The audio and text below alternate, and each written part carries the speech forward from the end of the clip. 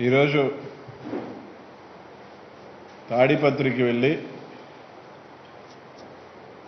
ఏదైతే లోకేష్ బాబు గారు కానీ నిన్న రాత్రి చంద్రబాబు నాయుడు గారు కాగడాల ప్రదర్శనలో కానీ గత 2 రోజుల నుంచి వాళ్ళు చేస్తున్న డ్రామాలు కానీ అన్నీ కూడా చూస్తూ ఉంటే ఈరోజు లోకేష్ గారు మాట్లాడారు.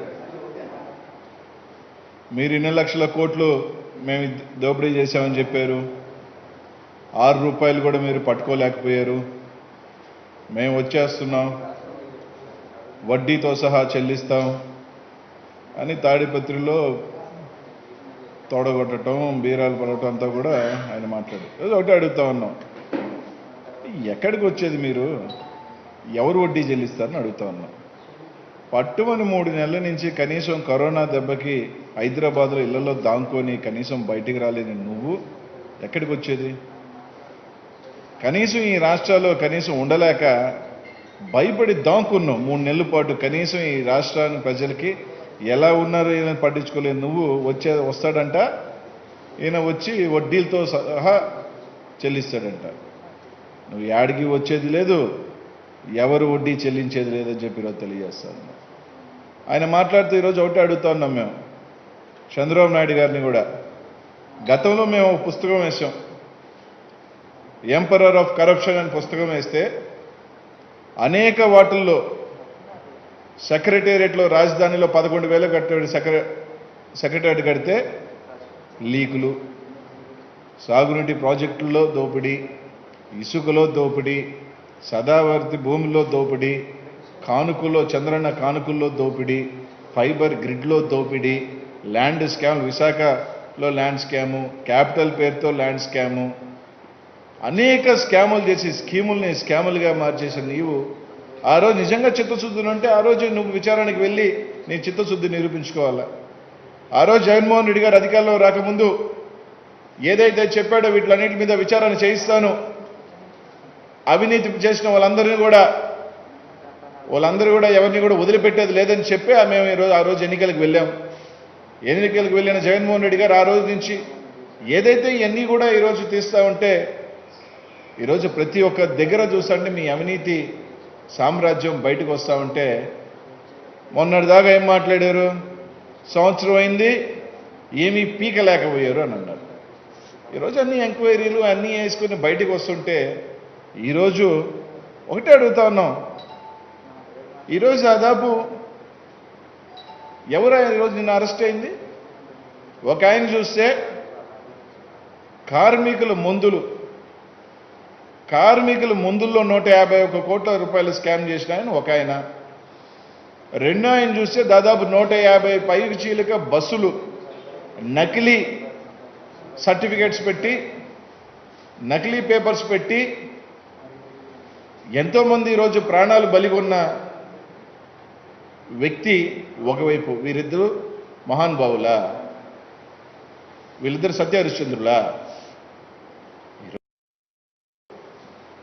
ఒక ఆయన ఒక స్కాము, ఒక ఆయన ఒక నకిలీ. ఏమన్నా అంటే ఎక్కువ రోజులు మా జేసీ ప్రభాకర్ రెడ్డి గారు ఎన్నో సంవత్సరాల నుంచి వ్యాపారం చేస్తున్నాడు. అవును, నీలాంటి వాళ్ళని అడ్డం పెట్టుకొని, నీలాంటి ప్రభుత్వాలను అడ్డం పెట్టుకొని ఇలా విధంగా దోపిడీగా అక్రమాలు చేస్తుంటే మీరు అండగా ఉన్నారు. ఎంతో మంది ప్రాణాలు ఇలాంటి ఇల్లీగల్ బస్సులు నడపడం వల్ల ప్రాణాలు బలికొంటే వాళ్ళని ఈరోజు మీరు ఇప్పటిదాకా కాపాడుతూ ఉంటే వాళ్ళన్నీ వెతికి బయటకు తీసుకెళ్ళి ఈరోజు వాళ్ళని అరెస్ట్ చేస్తే వాళ్ళకే మీరు అండగా ఉండేదని మాట్లాడుతూ ఉన్నాం. ఈరోజు దేనికైనా అయితే ఏ అక్రమాలు అవినీతి అంటే ఈరోజు అడుగుతూ ఉన్నాం. అంటే బీసీలకి కానీ అగ్రవర్ణాలకు కానీ సెపరేట్ చట్టాలు ఉన్నాయా? లేదు. బీసీలు తప్పు చేస్తే, ఇంకెవరైనా తప్పు చేస్తే అరెస్ట్ చేయకూడదని ఉన్న చట్టాలు ఉన్నాయా? చట్టాలు అందరికీ సమానమే. ఈరోజు 151 కోట్ల రూపాయలు స్కామ్ చేసిన వ్యక్తి, ఆయన అరెస్ట్ చేస్తే ఆయన ఏదో మహాత్మా జ్యోతిరావు పూలే,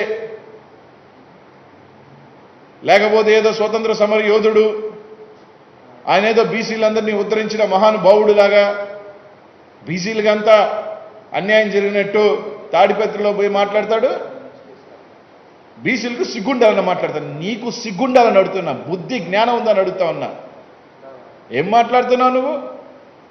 మీ నాన్న అండదండలతోనో లేకపోతే మీరు ప్రోత్సాహంతోనో ఎవరి ప్రోద్బలంతోనో అతను 151 కోట్ల రూపాయల కార్మికులు మందులు దోచేస్తే పందికొక్కుల్లా తింటే వాళ్ళని అరెస్ట్ చేస్తే బీసీలందరికీ కూడా సిగ్గుండాలా? బీసీలందరూ ఏకం కావాలా? దేనికి ఏకం కావాలంటారు? ఐక్యంగా ఉండాలి.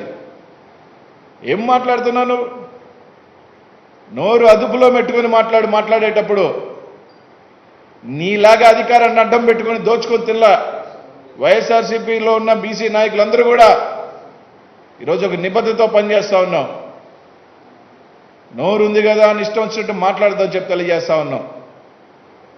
ఈరోజు మాట్లాడతాడు, వయసుకు తగ్గట్టు మాట్లాడేటప్పుడు మీ పార్టీ వాళ్ళే మాట్లాడుతూ ఉన్నారు, మా ఆయనకి కొంచెం బుద్ధి తక్కువ అని, ఇది తక్కువ వయసు పెరిగిందే కదని. తాతని తండ్రుల్ని చూశాడంటే ఈయన జగన్మోహన్ రెడ్డి గారి తాతని తండ్రులతో కూడా చూశాను నేను అని మాట్లాడతాడు. రాజారెడ్డి గారితో ఏం చూసుంటావు? చెడ్డీలు వేసుకొని తిరుగుతూనే ఉంటావు, ముక్కులోంచి చీవుడు గారితో నువ్వు చీవుడు గార్చుకుంటా చెడ్డీలు వేసుకొని తిరుగుతూనే ఉంటావు. నువ్వు మాట్లాడతావా వాళ్ళ తాతల గురించి, వాళ్ళ తండ్రుల గురించి? సవాల్ విసరటం, తర్వాత పోయి ఇంట్లో పోయి దానుకోవటం. సవాల్ విసిరే వరకే నా పని, సమాధానాలు చెప్పేది నా పని కాదు, అది మా నాయన చూసుకుంటాడు. మాట్లాడేటప్పుడు ఇంక మీ చంద్రబాబు నాయుడు గారు అయితే వాళ్ళకి అర్థమైపోయింది, ఇంకా కనుచూపు మరిలో మనకి ఇంక అధికారం వచ్చేది లేదు. ఒక్కొక్కటి బయటికి తోడుతూ ఉన్నారు, ఒక్కొక్క స్కామ్ బయటికి పోస్తూ ఉంది.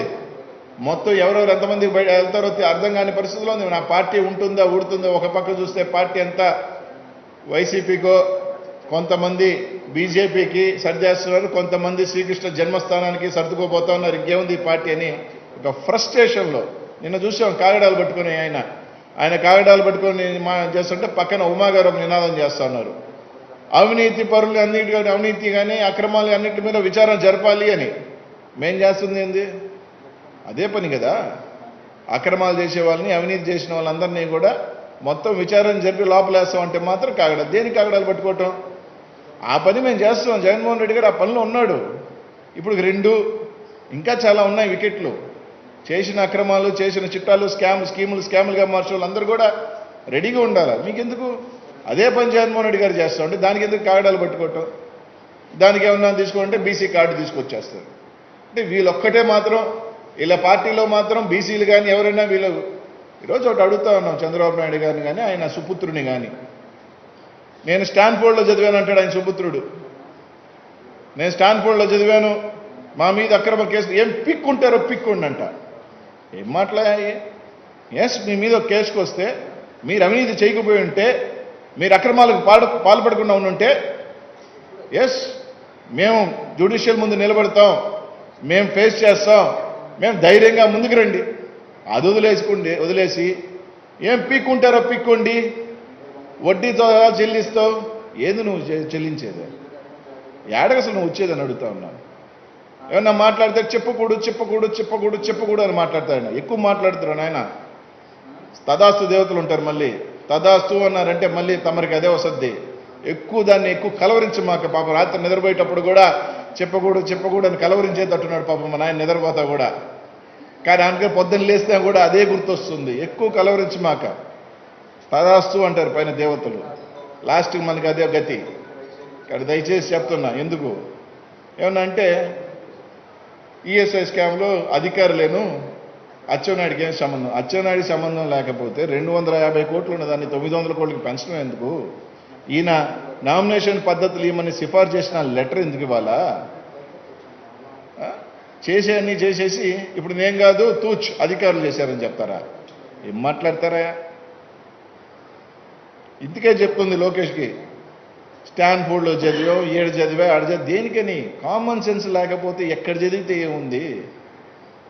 మినిమం లేదు. చంద్రబాబు నాయుడు రమ్మను, మా మినిస్టర్కి ఏ సంబంధం లేదు, ముఖ్యమంత్రిగా నేను చెప్తే చేశాడు అంతే తప్ప ఆయనకి సంబంధం లేదని ఒప్పుకోమని బయటకు వచ్చి, అది ఒప్పుకో. ఎక్కడ చూడు కులాల చిచ్చు, మతాల చిచ్చు, ఇది తప్ప మీ బ్రతుకే ఉన్న వస్తుందే. ధైర్యంగా ఒప్పుకోమంటే ఒప్పుకోలేమన్నా అంటే రాజారెడ్డి గారు రాజ్యాంగాన్ని ఎట్ట మీరు అవినీతి చేసి మిమ్మల్ని పట్టుకుని ఎత్తుకెళ్ళి లోపలేస్తే అరాచకమా? ఆ?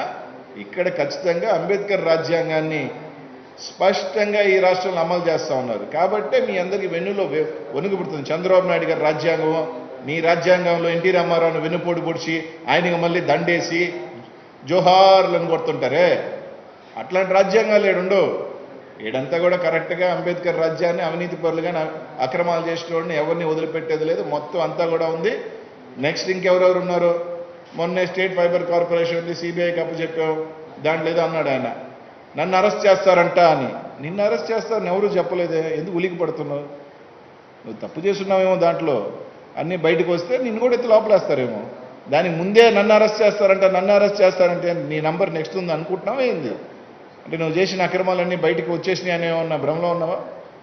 ఖచ్చితంగా ఉంటే వస్తాయి, తేల్తాయి. తేలినట్టు నువ్వు కలవరిస్తున్నట్టు చెప్పకూడదు అన్నట్టు ఖచ్చితంగా నీకు అదే వస్తుంది. దానికి ఎందుకు టెన్షన్ పడతావు? ఎవరు చేసిన పాపం వాళ్ళు అనుభవించక తప్పదు, ఎవరి కర్మ అది తప్పదు ఎవరైనా కూడా. అంతేగాని మాటకు వస్తే తొడజరష్టం, తాడిపెత్రి 3 నెలలు దాంకున్నారు, యాడికి పోయినారు ఆయన? కనీసం ఈ రాష్ట్రంలో ఇల్లుంటే మీకు వెళ్ళలేరు. ఈ రాష్ట్రానికి సంబంధించి ఏదైతే మొన్న జరిగిన అరెస్టులు, అచ్చెన్నాయుడు గారు కానీ, జేసీ ప్రభాకర్ రెడ్డి గారు కానీ, ఒక పక్క కార్మికుల మందులు, ఒక పక్క చూస్తే 150 పైచీలక నకిలీ సర్టిఫికెట్లు స్పష్టంగా మా మంత్రి గారు పేరు నాని గారు దానికి సంబంధించి పూర్తి వివరాలతో అది ప్రెస్ ముందు చెప్తే, ఈరోజు ఒక్కటే స్పష్టంగా చెప్తున్నాం, ఒప్పుకోండి, ధైర్యంగా ముందు వచ్చి ఎస్ మేము విచారణకి మేము సిద్ధం, మేము ఎక్కడా తప్పు చేయలేదని ధైర్యంగా రండి. దానికి ఎందుకు అది వదిలేసి బీసీలు, ఎస్సీలు, ఎస్టీలని, మైనారిటీలని, మతాలు, కులాలు చిట్టుబడి ఏం బుద్ధుందా మీకు? ఏమన్నా అంటే వైసీపీ కాంగ్రెస్లో బీసీలకు సిగ్గుందా? ఏదేదో మాట్లాడతాడు. ఇంకొకసారి చెప్తా ఉన్నాం, ఒకవేళ నీ పార్టీలో ఏమన్నా బీసీలు ఏమన్నా చేతగానాల్లో, ఎస్సీలను చేతగానాల్లో అని నువ్వు ఫీల్ అయ్యి అదేలాగా అందరి దగ్గర ఉంటారని మాత్రం అనుకోవద్దు. నీ పార్టీలో ఎవరన్నా నువ్వు అనుకుంటున్నావేమో మా వాళ్ళు కాబట్టి అందరినీ మేము ఇట్ట అంటాం, మేము ఎవరినైనా అంటాం, ఇతర పార్టీల వాళ్ళని అంటాం, మామూలుగా ఉన్న వాళ్ళని అంటాం అని అంటే మాత్రం ఎవడు ఊరుకునే వాళ్ళు ఇక్కడ ఎవరు సిద్ధంగా లేరు. ఒకవేళ అచ్చెన్నాయుడు పోయి ఉంటే, ఒకవేళ మీ నాయన కానీ చేసి ఉంటే, ఆ పాపాలు ఏమైనా చేయించుంటే బయటకు వచ్చి చెప్పమను. అదే బీసీ మంత్రిని నేనే బలి చేశాను, నేను చెప్తే గాయత్రి సిఫార్సు ఇచ్చాడు, ఒప్పుకోమను. పాపం ఆ విధంగా ఆయన ఒక బీసీ మంత్రి బతుకుతాడు. కాబట్టి ఎవరు ఏమి చేశారో అదే రిటర్న్ వస్తుంది. అంతేగాని చేయని పాప చాలామంది ఉన్నారు మీ దాంట్లో, కొంతమంది చేయలే, వాళ్ళని వదిలేశారు. ఎవరు చేశాడు, తప్పు చేశాడు, వాడే కదా దొరుకుతాడు. కాబట్టి ఇట్లాంటి తోడజరష్టాలు, నాకు తోడ పెద్దది, సౌండ్ ఎక్కువ వస్తుంది అనే తోడజరష్టాలు, ఏం పీక్కుంటారో పీక్కోండి, వడ్డీతో చెల్లిస్తాం, ఇట్లాంటి అనవసరం ప్రగల్భాలు ఎందుకని? మీకన్నా ఎక్కువ సౌండ్ ఇవ్వగలుగుతాం మేము. ఇంకా మేమే అధికారంలో ఉన్నాం, ఇంకా మేమే తెలుగుదేశం పార్టీయే, మీ నాయనే ముఖ్యమంత్రి, నువ్వు ఏదో యువరాజేనే, ఇంకా ఎందుకు నాయన ఫీలింగ్ మీకు? అయిపోయింది, ప్రజలు తిరస్కరించారు, ఇంకా కనుచూపు మెరుగులో మీరు లేరు. అది మీ నాయనకి అర్థమైంది, ఫ్రస్ట్రేషన్లో ఉన్నాడు. నీకు అది ఇంకా అర్థం కాల, నీకు కూడా అర్థమయ్యే టైంకి నాది ఇంకా ఉండవు. ఎందుకు? జగన్మోహన్ రెడ్డి గారు ఈ రాష్ట్రంలో అనేక సంక్షేమ పథకాలతో ప్రజల మన్ననలు పొంది ఉన్నాడు. కాబట్టి ఇంకొకసారి ఇట్లాంటి రెచ్చగొట్టే పనులు కానీ, తొడజరిచే పనులు కానీ, సవాల్ విసిరే పనులు కానీ దయచేసి మానుకోమని చెప్పి తెలియజేస్తాం. అంతకన్నా ఎక్కువ సవాల్ ఇవ్వగలుగుతాం, అంతకన్నా ఎక్కువ సౌండ్ ఇవ్వగలుగుతాం, అంతకన్నా ఎక్కువ వార్నింగ్లు కూడా మేము ఇవ్వగలుగుతాం. మాకు ఈ లేక కాదు. ఏమన్నా అంటే చేసే అరాచకాలంతా మీరు, దాన్ని తీసుకొచ్చి పావేది మాక. అరాచకాలు, అక్రమాలు, అవినీతులు గత 5 సంవత్సరాలు ఈ రాష్ట్రాన్ని ఎన్ని రకాలుగా భ్రష్టు పట్టించి ఈరోజు దాన్ని తీసుకొచ్చి మాకు పంపుతారని అడుగుతాను. కాబట్టి మాట్లాడేటప్పుడు నోరు అదుపులో పెట్టుకొని మీరు మాట్లాడితే మేము మాట్లాడతాం. అంతేగాని బయటకు వచ్చి మళ్ళీ మమ్మల్ని రౌడీ మంత్రులు, గూండా మంత్రులు ఇది ఒకటి ఎత్తుకుంటారు మేము గట్టిగా మాట్లాడితే. రౌడీ మంత్రులు, నోరేసుకునేటంటే అట్టు మాట్లాడుతున్నారు. వీళ్ళేదో పెద్ద సత్య హరిశ్చంద్రులకి పేటెంట్ రైట్లు. కాబట్టి ఇంకొకసారి బీసీలకు సిగ్గుందా అని కానీ మాట్లాడితే ఇంకా చాలా మాట్లాడాల్సి వస్తుందని చెప్పి తెలియజేస్తుంది.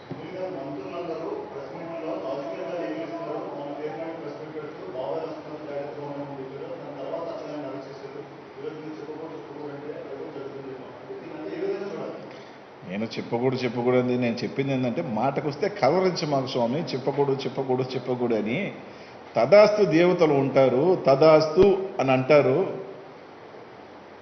కాబట్టి దయచేసి ఎక్కువ మనిషికి ఏదైనా ఒక ఇది ఉంటుంది అనమాట, ఎక్కువ కలవరిస్తూ ఉందాం అనుకో దాని మీద, ఎక్కడో దగ్గర అది కొంత ఇది ఉంటారు. చెప్పకూడదు అని ఎక్కువ కలవరించ మాకు స్వామి, ఏమన్నా వస్తుందేమో అని చెప్పిన అంతే.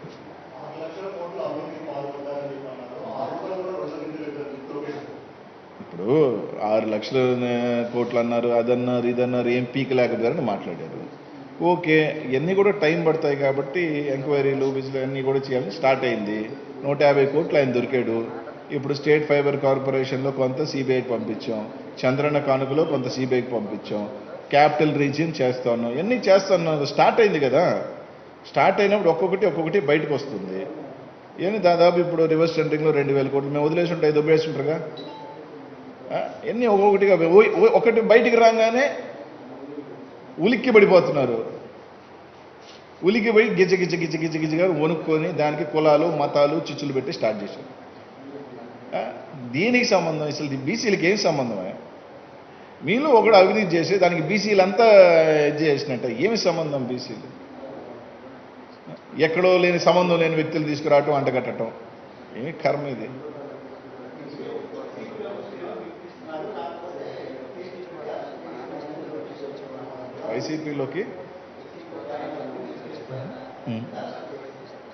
వైసీపీలో ఎవరికి గిఫ్ట్ ఇచ్చాం?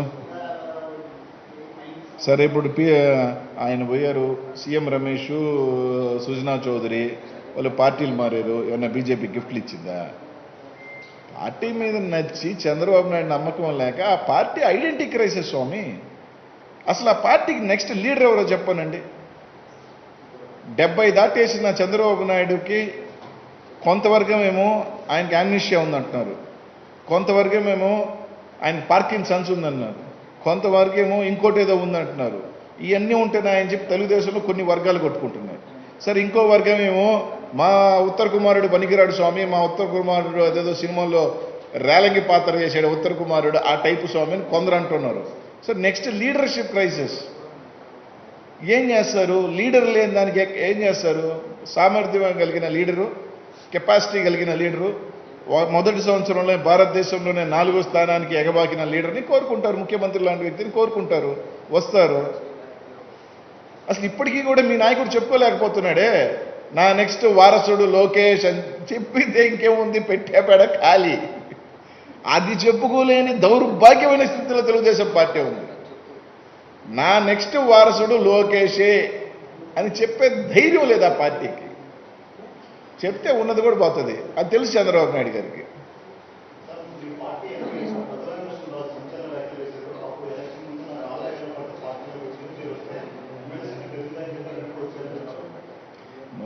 రాష్ట్రంలో హిస్టరీ క్రియేటెడ్ ఈ ఎలక్షన్ అనేది హిస్టరీ. 151 సీట్లు, 50% ఓట్ షేర్, 85% ఆఫ్ సీట్స్, ఒక హిస్టరీ ఇది. ఈ రాష్ట్రంలో ఒకే ఒక బొమ్మ మీద గెలవగలిగింది ఒక జగన్మోహన్ రెడ్డి బొమ్మే. ఏ బొమ్మ వల్ల గెలవాలా? నా బొమ్మ వల్ల ఓట్లు వేసాడు అనుకుంటుంటే ఆయన ఇంకా నిద్రపోయి భ్రమలో ఉన్నాడేమో. ఈ రాష్ట్రంలో సింగిల్ బొమ్మే. వైఎస్ఆర్ కాంగ్రెస్ పార్టీ ఎవరు గెలిచినా ఏం చేసినా అది ఒక్క వైఎస్ జగన్మోహన్ రెడ్డి బొమ్మే. 151 వచ్చిన తర్వాత కూడా ఇంకేం మాట్లాడుతున్నారు వాళ్ళకి? అక్కలుండి మా ఇది ఉండాలా? ఎవరైనా ఎవరైనా అటుగాని అనుకుంటే అంతకన్నా ఏదో చెప్పినట్టు మూర్ఖుడు కావచ్చు, వాట్ ఎవర్ ఇట్ ఇస్, ఏదైనా కానీ ఈ రాష్ట్రంలో ఎవరైనా కానీ జగనన్న బొమ్మ వల్లే గెలిచిన వాళ్ళు, అది ఎమ్మెల్యే కానీ ఎంపీ కానీ ఎవరైనా కానీ. ఇంకో బొమ్మ నా బొమ్మ వల్ల గెలిచాడు అనుకుంటే అంతకన్నా ఇంకేం లేదు.